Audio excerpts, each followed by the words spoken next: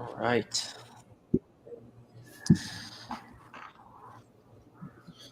So it's 61. It'd be in the 3 digits before we know it.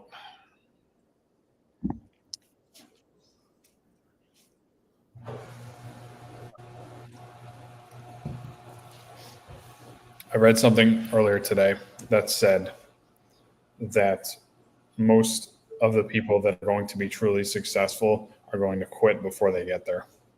And that one kind of hit.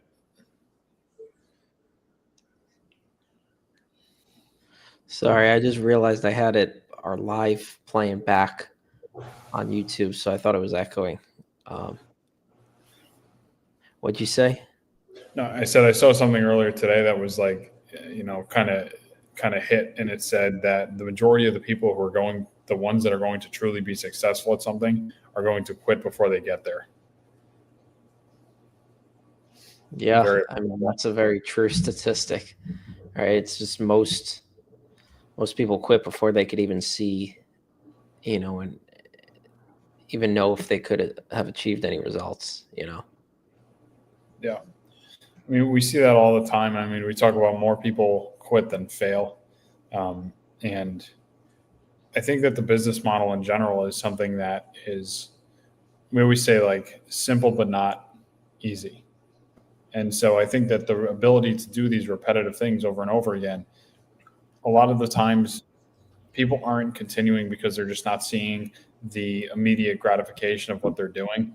And I had a call earlier today that was the same thing. It was like, well, I've contacted 30 suppliers, I'm not getting anywhere. And my answer to that was, well, you need to contact 300 suppliers. And then even after that, you're probably not going to get anywhere.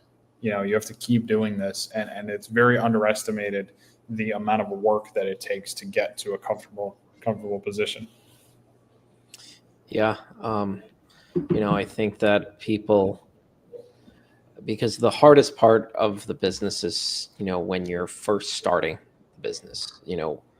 Um, I mean, we've seen it in starting other businesses too. It's like anytime you venture into something new that you don't really have experience in, it's very there's a big learning curve. And so sometimes like you have to train your mind to just push through those hurdles, and like the entrepreneur that has the mindset of just not willing to take no for an answer and just continuing to show up every day and focusing on a couple 2 3 small wins every single day, that adds up over time, and you end up with a massively compounding effect in your business because um, while it may not seem like your business is growing when you look at it from week to week or even, month to month in the early stages, when you zoom out, you you zoom out and do something for a long period of time, you will see massive growth. Yeah. The other thing that we see a lot of the times is there is almost a hyperfixation on certain aspects of the process in the beginning. So, as you know, from if you're doing this, if you're listening, the main pillars of wholesale on Amazon is just the sourcing and business setup, obviously the sourcing, the outreach, all the analyzation, the price list, all that, and then the negotiation of exclusives, right? And a lot of people get hyper fixated on the sourcing process at the beginning, which is what we find where it's like you need to have the absolute perfect brand. That's what people do. And then people get hyper fixated on the success of the outreach process. And so, like, those are the two things that I could say that for someone that's just starting or maybe trying to get over that hurdle. I mean, what else would you say other than those two things is something that maybe um, someone can improve on, or maybe change their mindset around that's starting at the beginning? Yeah, I mean, definitely on the hyperfixation on the sourcing process. And just to clarify, like, anybody watching, like, what that means is, a lot of times we'll see new sellers, they'll show us their sourcing process and they're over analyzing the product before they've even contacted the company. So you're looking at the product listing and you're spending 5, 10, 15 minutes looking at that listing and trying to figure out if you're even going to add that supplier into your spreadsheet. And what we always say to that is it really doesn't matter. Like, look at it, and within a few seconds you should know if this is a lead that you're going to add, and it's really just based on the sales volume of the Amazon tag, like kind of the relationship between what is the selling price that it's selling for, what is the unit volume per month, does the listing, is it well represented or underrepresented on Amazon, meaning is it optimized or not optimized, and maybe a quick glance at Keepa. And all of that realistically happens within like 5 seconds. So Yeah. and then once you've checked all those boxes, you just go to Google, type in the name of the supplier, um, find the brand's website, and put the contact information in the sheet. But where people get stuck is they never actually build a leads, like an extensive enough leads list, because they're too hyper fixated on like finding the perfect lead. Like, you're still going to have to look at that when you go to contact the brand, because you're going to have the ASIN up while you're contacting the brand. You're still going to have to look at that. If you're successful with the brand, you're going to have to look at that on the price list level and analyze those products further when you go to buy them. So not only are you slowing down your growth, you're also wasting your time by spending an excessive amount of time in analyzing the product to put it in your spreadsheet. Hyperfixation on outreach. What do you mean by that? Like there's a I don't want to necessarily call it hyperfixation. I mean, there's like an over reliance on. They think that a small number of calls is going to yield them more results than it actually does, and there's almost a different set of expectations. I think the expectations need to be lowered a little bit at the beginning, and almost to the point where I would say literally do it to get the no, like do it to learn the game and learn the process rather than do it to expect all these results to come in right away. And if you could change the expectations around, I think people hyperfixate on the element of like, I finally got to the outreach. This is where all the money is. I'm going to make a ton of money from this. And like you are, but like not now, you know? Yeah. Yeah. So many people, they fall short on the amount of brands that they contact. Right. Another area where people fall short, new sellers fall short, I think, is not focusing on the right things. So a lot of sellers don't focus on the inputs, or they focus on the outputs, which is like sales volume. And not saying like you can't look at sales volume as a metric, not saying you can't look at like profit growth month over month as a metric, but like if you are contacting 100 companies per week and you are spending X amount per week and you have a return on investment criteria, meaning the amount of money that you spend relative to the amount of money that you make, you are going to get those outputs, right? If you're focusing on the things that move the needle. Yeah, I was speaking to someone about an 8-figure seller the other day, very successful in wholesale and brand direct. And he was saying that the sourcing process and the outreach process for him, like this is the extreme, right? Where you find the company on Smart Scout, on storefront stalking, on Keep a Product Finder, whatever it is. All right, company looks good. I'm going to call them right here, right now, not even put it into a spreadsheet, right? And like we do that because we like to stay organized, and we batch the sourcing and then we batch the outreach together. But that's the extreme of like speed is perfection. And obviously you can see that that's working rather than, again, hyper fixating on the sourcing process to say, we're going to make sure that this is the perfect company. It's, I see the company, they look good. Let's call them right now. And I think that's going to win every single time over the person that just makes a bunch of companies that are the perfect company and then never calls them. Yeah. Yeah, definitely. I mean, yeah. There's a lot of mistakes that people fall short in, but I think at the end of the day, if you are fully committed to making like the number one needle moving thing, especially early on, and you don't even have to see direct results within your business from a sales growth standpoint. Like if you quite literally contacted 500 brands early in the process, didn't close a single account, which is almost impossible, you would still gain something out of it, and you would gain the intangible of understanding what the rejection points are from brands and the ability to maneuver around them. It's like people don't immerse themselves in the resistance, which is why, they don't understand how to position themselves and overcome these objections in certain ways. Right? So even if you contacted 100 brands just for fun, let's say, and you close nothing, which again, probably impossible to do that, you would gain, you would potentially have the skill set of like, a bigger seller than you actually are.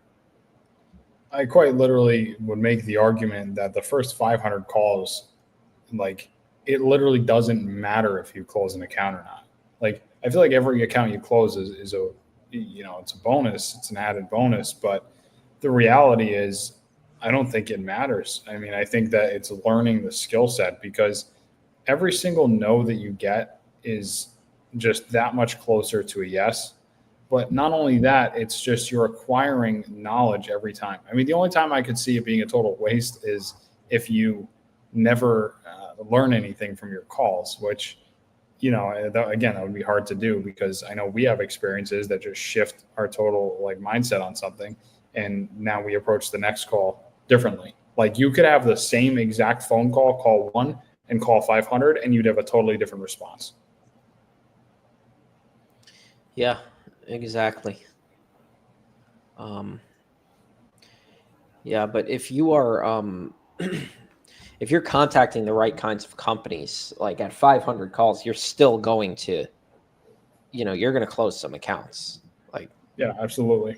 I mean, we'll go through, we'll go through our process sometimes, and it'll just be like, a role play situation, and we'll role play calls where the brand, quote unquote, is very like, yeah, no problem, set you up with a price list.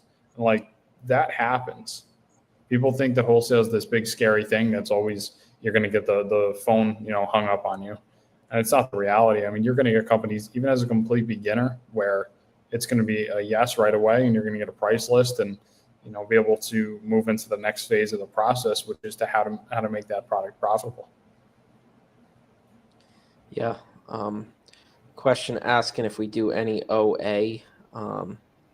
Answer to that is no. I don't know, maybe elaborate on why that's a no. Yeah, I mean, we were never extremely big into OA. I mean, we did use things like tactical arbitrage back in the day to do that.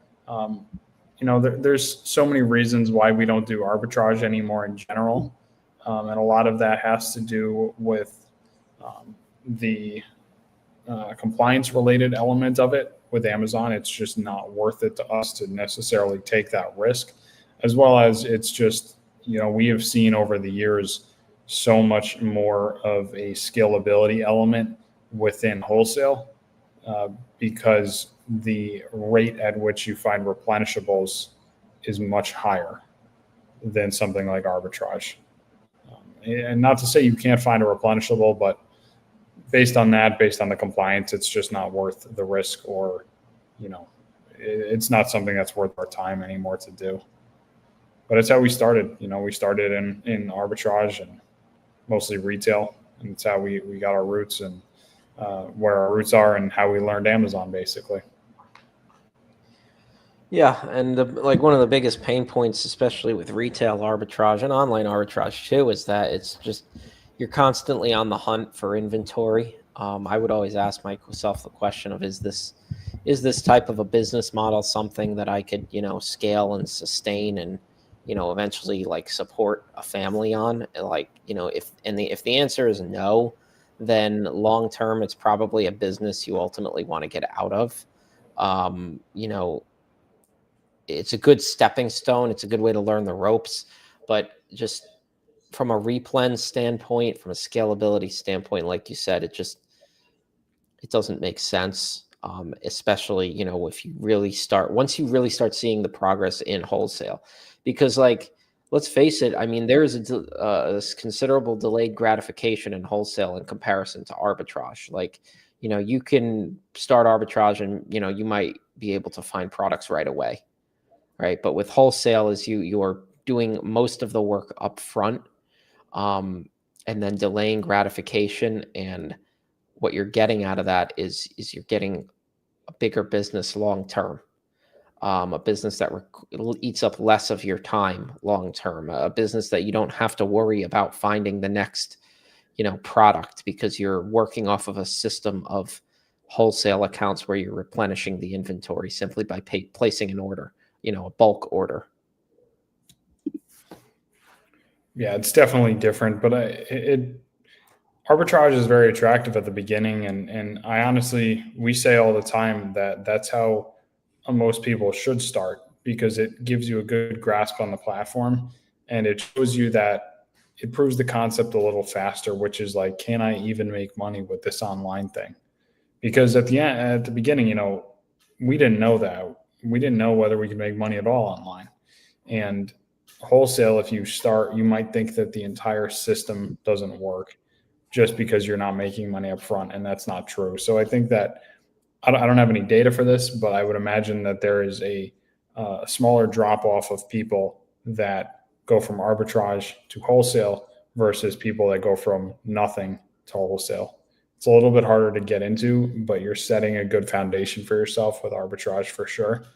The other thing I'd add to that is just, if you wait too long to switch out of it, like, it is not a fun process, because your revenue has to come to a halt. Because if you really want to go all in on wholesale, you have to stop doing arbitrage. And that was something that we struggled with for quite a while. Yeah. Yeah. You have to, I mean, I don't care what anybody says. I mean, you've said it many times where it's like, people talk about doing OA, do wholesale, yeah, and that's fine, do both, but you're never going to beat the person that's doing wholesale 100% of the time. And Yeah. vice, you know, the one doing both is never going to beat arbitrage 100% of the time. Yeah. But if you truly want to do both, then do both, Mm-hmm. Yeah. I mean, I think it goes back to what is in Buy Back Your Time. There, you were talking about the book. Because I mentioned it earlier today to someone as well, as that pain line.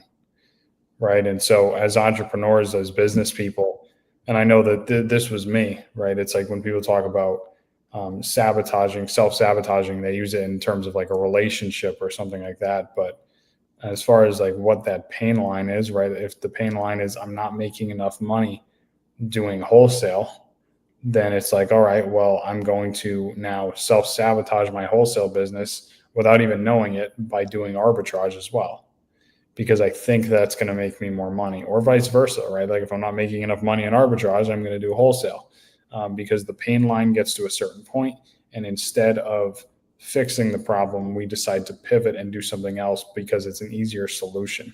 And we all do that as humans. Yeah, definitely. I mean, we're all guilty of it. I think, some entrepreneurs might be more inclined to do it, because the nature of entrepreneurship is like, especially if you find success with one, it's like you want to proliferate that, and you're always hunting for the next and the new thing.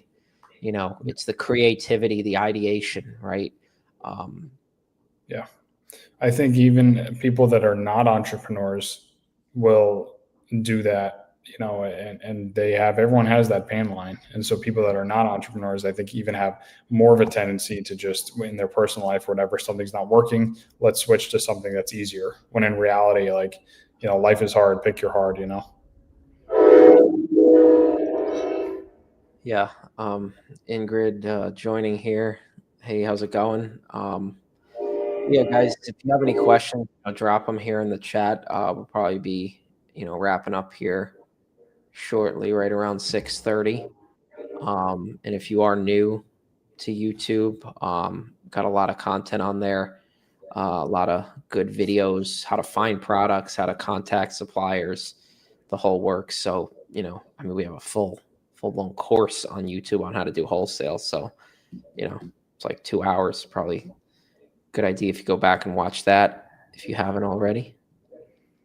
Yeah, definitely pick where you're at in the process. I was speaking to someone about this earlier today, is like, find your weak point in the process and then really, really study and try to learn that really well.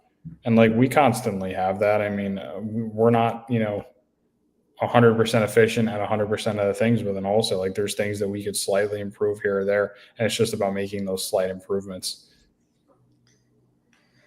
Yeah, yeah. I mean, it's always you're always having challenges and growing pains. It's just a matter of where you are in the process. So like at one point it's um I can't find suppliers. The next point is I don't have enough capital. The next point is I have way too much on my plate and I need to start to delegate some things. It's constantly phases of problems. And I've heard Hermosi talk about this a lot, where it's like, you're constantly as an entrepreneur, like in different phases, and you're trying to find or you're trying to solve the problem.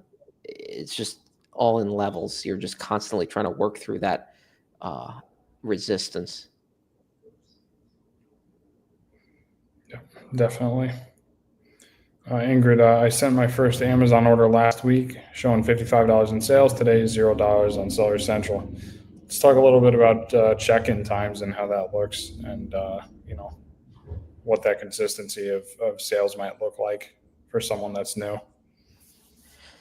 Yeah. So, I mean, first thing is that if you sent in your first Amazon order, well, number one, congratulations. But number two, um, Amazon charges $40 per month, right? Is the one thing you got to keep in mind on your selling account. So they are going to deduct any of the charges from the sales you make on Amazon.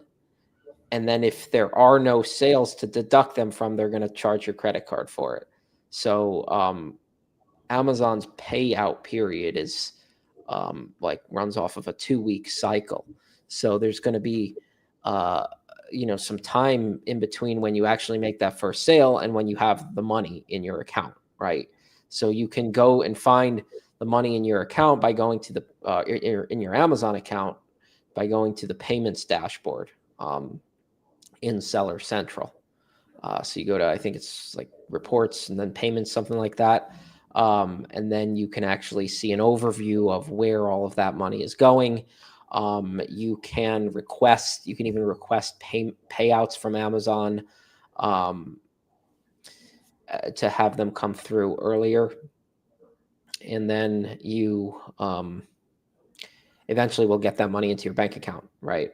So if you wait the standard 2-week cycle and you take the money from Amazon when they give it, that money would then get sent to your bank account. Amazon would send you a notice they sent the money. If you requested earlier, Amazon would send you the money, but they would probably send it to you in a smaller amount because Amazon holds a certain amount of funds for returns and different things, internal things that they need to cover, right? So that's number one. Number two is the shipping and logistics, like you mentioned, right?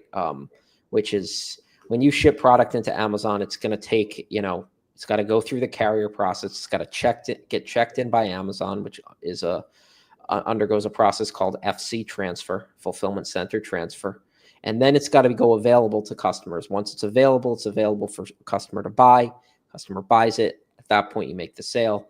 And then it cycles into that payment. It goes into that payment cycle, like I was just talking about. Yeah, and that can be a real delay sometimes, so just because if you send a product in, let's say this week, it might not sell for another 2 weeks after it becomes Prime eligible. So the importance, I think, is just looking at your sourcing process, right, and saying, can I have consistency? Because going back to that other question, it's like arbitrage for us. I mean, the sales were inconsistent because the supply was inconsistent. And so it feels really good to, to get those sales, but it also really doesn't feel great when the next day you have to get more product or you're not going to have any sales for the next, couple days. Right.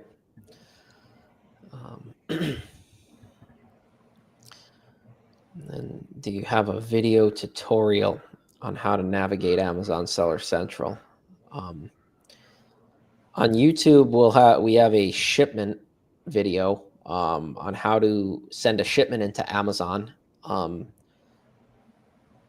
But I don't think we have anything exactly on navigating Seller Central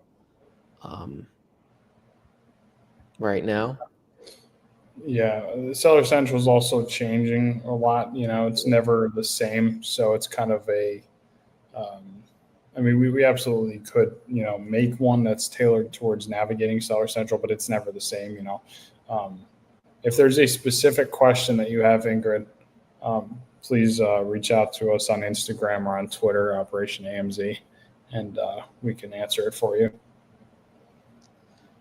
Yeah. I'm just gonna share the shipment video here too. If you haven't watched that, that will probably be helpful to you in terms of sending a shipment into Amazon. Yep, definitely. Definitely. That's shipping and logistics is a big part of the process as well. That it's not really, we don't really talk about it as much because it's not the part that people struggle with. But it's like once you start to scale a little bit, shipping and logistics can become a game changer in terms of your profitability. Like we could send in the same thing and lose money on it depending on how we sent it in. Yep. So if you guys have any questions, fire them in. I think we'll probably be wrapping this up here. Got some good videos in the pipeline coming out. So excited to get those going. Any last minute words? Yeah, I would just reiterate what I said before, which is like, it's as a takeaway from maybe this week's live, maybe focus on what is the part of the process that you believe you're weakest in and start to do some information gathering on those parts of the process and some implementation as well. If sourcing is not your strong suit, then really focus on why that's maybe not the strongest thing for you and try to improve on it in practice because it's going to improve your overall process and closure rate, no matter what part in the process that you think that you're not good at. Yeah, it's a good takeaway. Pick the things that you're not so great at and focus on those things. Definitely.